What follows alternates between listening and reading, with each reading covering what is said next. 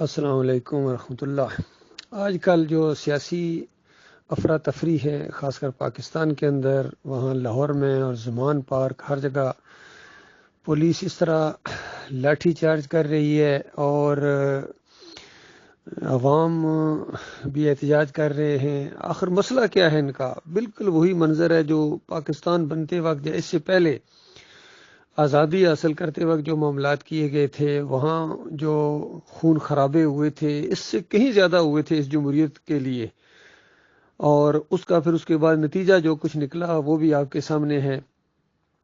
ایک عالم دین اور مجاہد اور آرمی افسر نے جو اس دور کے حالات اپنی آنکھوں سے دیکھے، پہلے وہ ذرا سن لیجئے اور اس کے بعد پھر میں اس موجودہ صورتحال کے اوپر انشاءاللہ تبصرہ کرنے کی کوشش کروں گا۔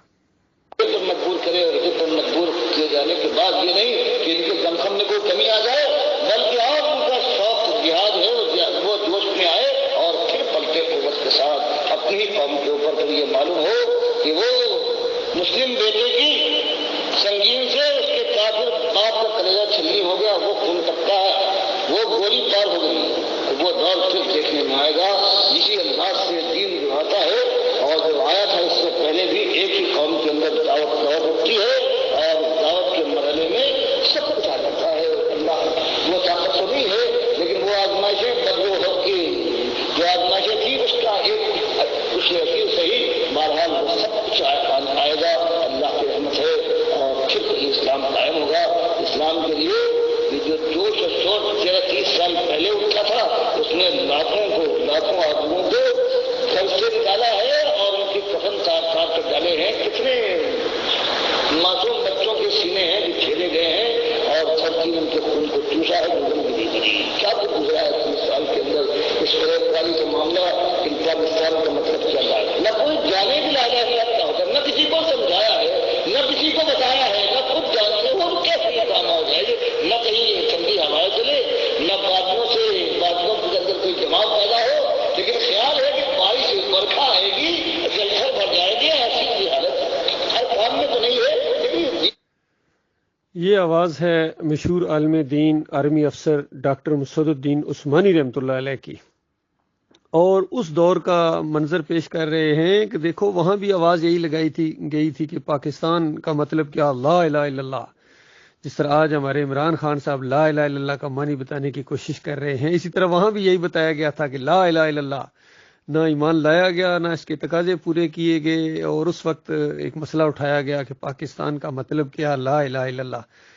اور پاکستان بننے کے بعد لا الہ الا اللہ کا انکار اتنا زیادہ ہوا کہ شاید ہی اس سے پہلے کبھی لا الہ الا اللہ کا اتنا زیادہ مذاق اڑایا گیا ہو کہ لا الہ الا اللہ بھی ہے اور یہ باٹی میں داتا صاحب بھی ہیں، یا علی مدد بھی ہے، یا رسول اللہ مدد بھی ہے، 11ویں بھی چل رہی ہے، 12ویں کے کیک بھی کاٹے جا رہے ہیں، 10 محرم کی سبیلیں لگی ہوئی ہیں اور حلیم گوٹے جا رہے ہیں، گبرو نوجوان حلیم گوٹتا ہے، سمجھتا میں لا الہ الا اللہ کو مانتا ہوں، چادریں چڑھائی جا رہی ہیں، عرس اور میلے، اور جا کے گن شکر خود جا کے ہمارے عمران خان صاحب جب ماتھا ٹیک دیا انہوں نے اور کہتے ہیں نا یہ شرک نہیں ہے، یہ تو وہ محبت اور عقیدت کے ساتھ میں جھک گیا ہوں، خود میرا سر جھک گیا ہے، وہاں چوکھٹ ایسی ہے، اور وہ بڑی بزرگ ہستی ہیں، حالانکہ جو کچھ ان کی کتابوں میں لکھا ہو، ان صوفیوں کی کتابوں میں اللہ کی پناہ ایسے ایسے شرکیہ واقعات اور خدائی کے دعوے اور قصے کہانیاں جھوٹ کے پلندے، ان کو جناب یہ عقیدت کی نگاہ سے دیکھتے ہیں، یہ مدینہ ریاست بنا دیں گے۔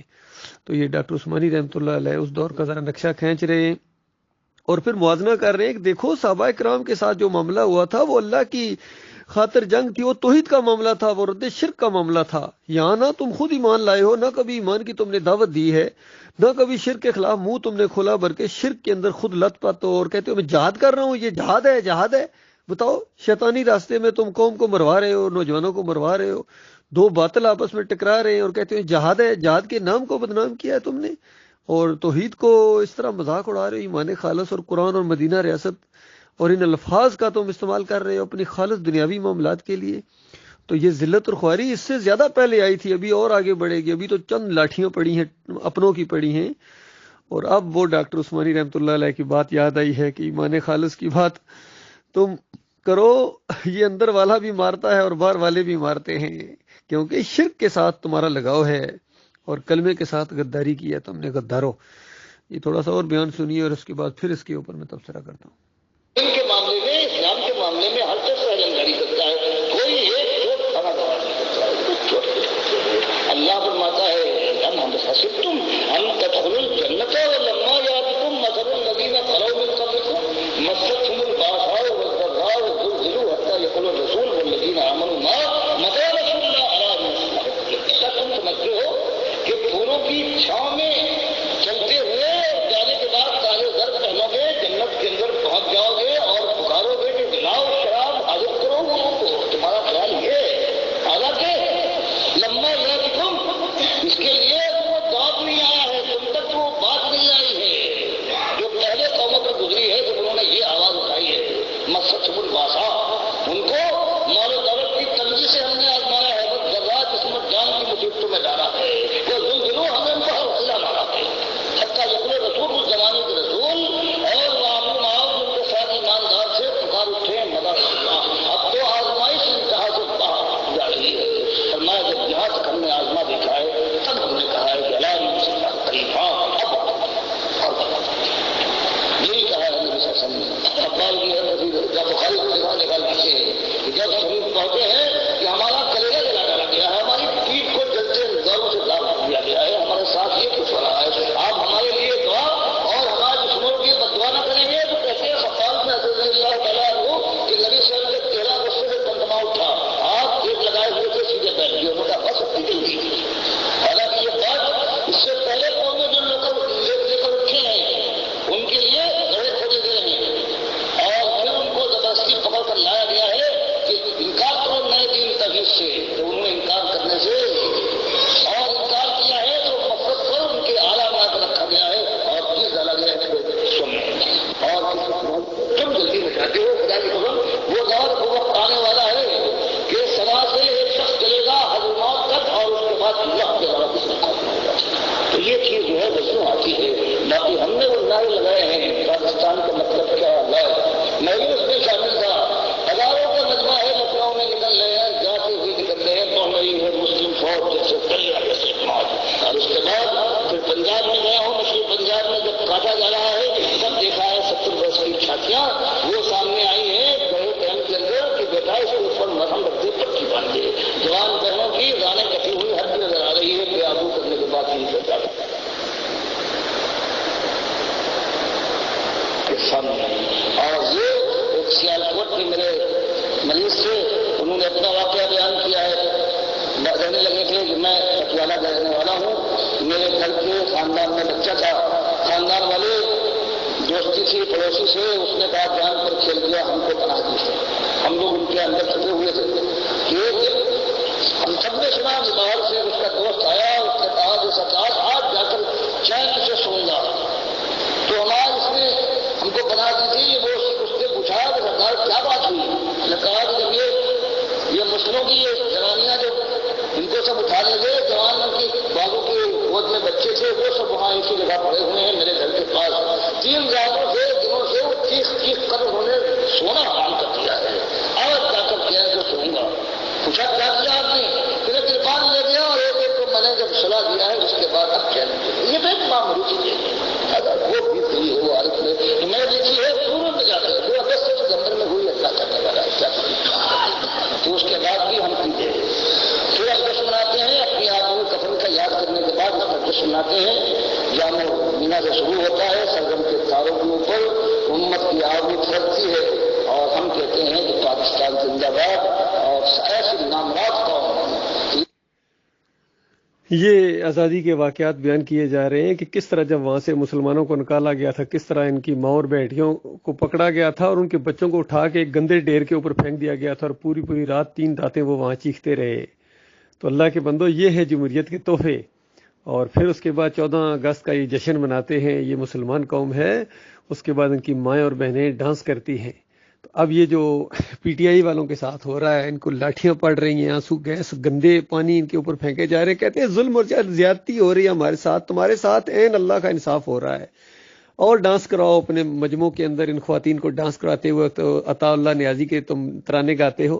اللہ کی نافرمانی کے سارے ریکارڈ توڑ دیے تم لوگوں نے. اور اس کے بعد کہتے ہو مدینہ ریاست بنا دیں گے. کس قدر تم نے ایمان کے ساتھ اسلام کے ساتھ یہ غداری کی ہے، کلمے کے ساتھ، کلمے کے غداروں.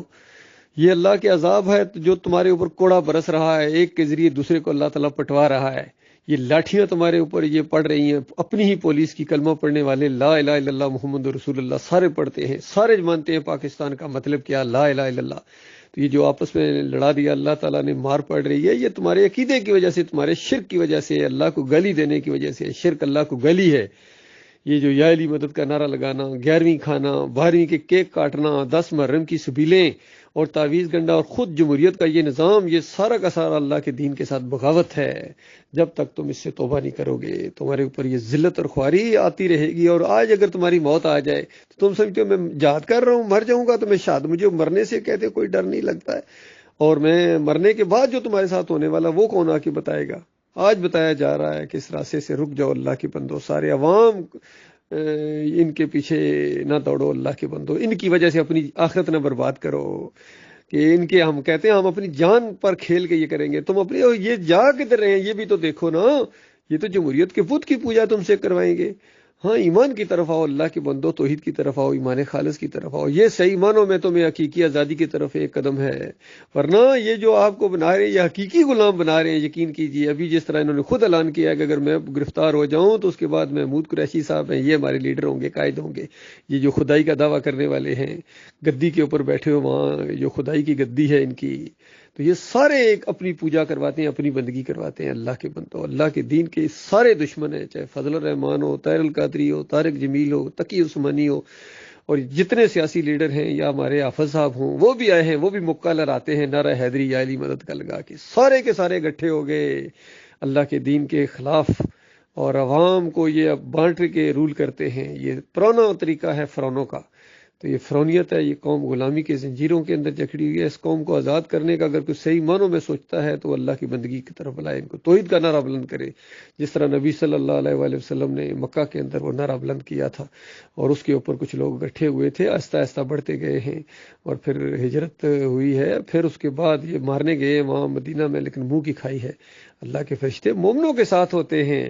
مومنوں کی مدد کے لیے اللہ تعالیٰ بھیجتا ہے، مومنوں کے دل مضبوط کرتا ہے اور کافروں مشرکوں کے دلوں کے اوپر رعب طاری کر دیتا ہے اللہ تعالیٰ. یہ ایک ماحول جب تک ابھی بنے گا انشاءاللہ، یہ تو بننا ہی بننا ہے. دوبارہ توحید کی دعوت اسی انداز سے پھر اٹھے گی، اور اللہ تعالیٰ جب چاہے گا جس کے ذریعے وہ انقلاب برپا کر دے گا. لیکن ان کے ذریعے کوئی خیر نہیں آ سکتی ہے. یہ خالص دنیا دار لوگ ہیں اللہ کے بندوں، میرے پیارے بھائیوں.